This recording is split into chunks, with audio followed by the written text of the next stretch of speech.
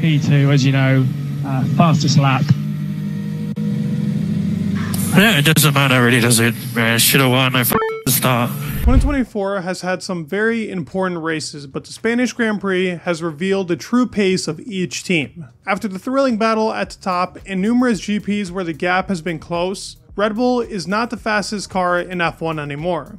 Let's go over the fastest car and why the outcome in Spain was decided by one man. How will this impact our 2024 F1 season going forward?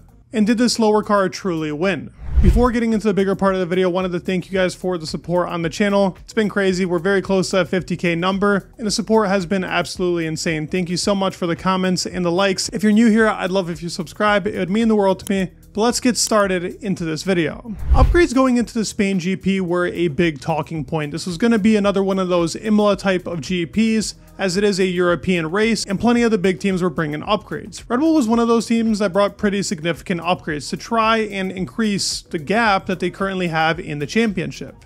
And while Max was the winner, it was by the slightest amount, and the team that was right behind them, the McLaren, didn't bring any upgrades that added.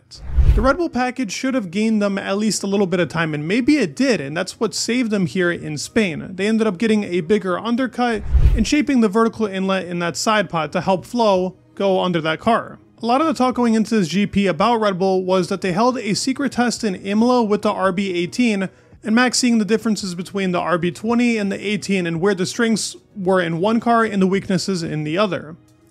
The RB20 clearly has a disadvantage on the curbs, but it seems like the advantage they used to have has gone, and the uncertainty in the RB20 has had Red Bull questioning and going back to their original starting car in these regulations. McLaren's only had one big package so far. It's been in Miami. They clearly seem to have a grip on the car, and the advantage that Red Bull used to have in the tires is not there anymore. And while the car still is super strong in both high, low, and medium speed corners, and having very good tire life, it does fall off towards the end of the stint. Mercedes is making a comeback, and the potential leap for them to get within this fight between those top two is very soon. If the GP played out differently, Mercedes could have maybe been within 5 to 6 seconds, but it's clear to me right now that the McLaren car is the strongest car due to pace and what they're able to do with a car that still has a lot more to upgrade, while the Red Bull seems to be a bit confused on the direction to go in with this RB20.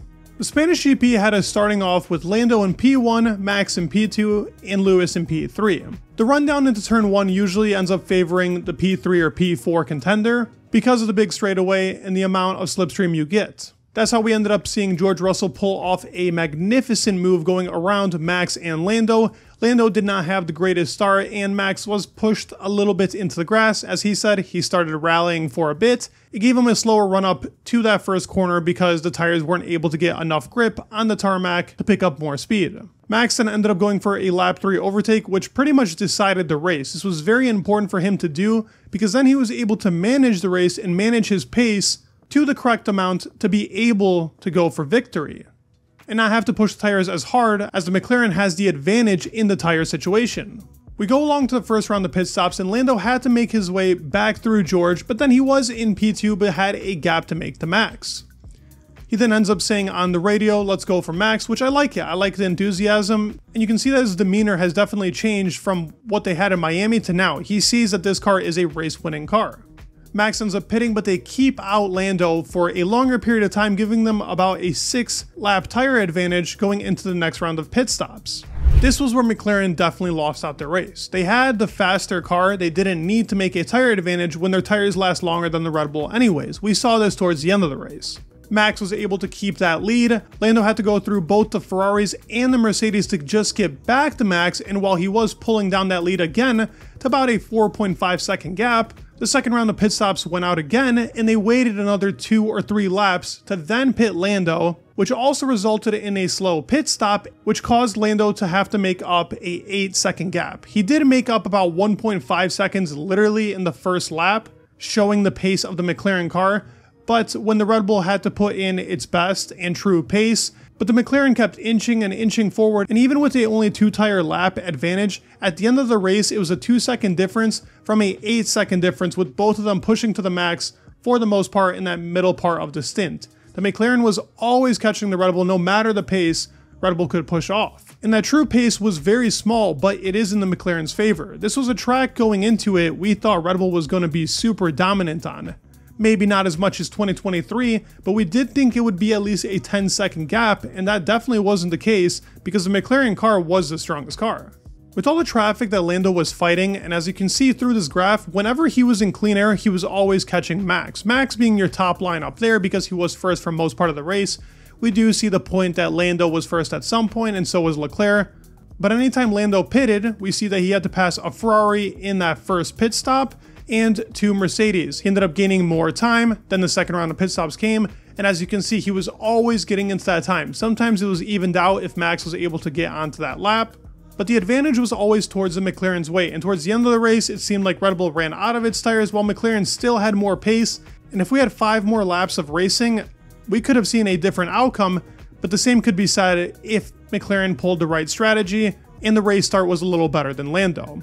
But what does this tell us for the 2024 season? Well, it tells us that driver of the day never seems to be correct because, in my opinion, Verstappen should have been at the top here, and Lando, while he did have a great race, maybe second or third was definitely warranted. Verstappen pulled off this victory. It was Max that made the difference here in the car, and while it is a very strong car, it's much stronger in the hands of a guy like Max. He was able to push the car to the limit to actually get them that race with the amount of tire stress they were having in comparison to McLaren.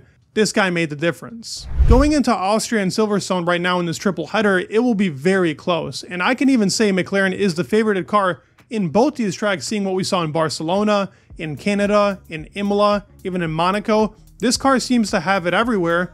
And Austria seems to be perfect for a car that has great straight line speed and can hold its own in medium, slow, and high speed corners, which is all mixed up in Austria. You put into the factor that Lando is great in Austria and his first podium came there, it definitely could be Max on the back foot here, but we can never count out a guy like him who's pulling a miracle right now in a car that's not the fastest. But that's not to discredit the beautiful team they have over there. The strategy is always on point, their pit stops are hitting their marks, but it is, at the end of the day, the driver that makes the difference in these close lap times, and that clutch factor that Max has to not really crack under pressure is something other drivers lack currently at the moment, like your newer drivers like Lando and Leclerc, but they are getting there. It is happening sooner than later. This is something Fernando and Lewis have adapted through experience, and Max is on it right now. I do think the 2024 season is shaping up to be amazing. Is the championship fight there? It's possible. It's a 69-point difference right now between Lando and Max, but we've seen bigger gaps fall down in a matter of time if stuff goes wrong, kind of like it did in 2022. I'd love to hear your thoughts down in the comments below. Please leave a like and subscribe. It would mean the world. And peace.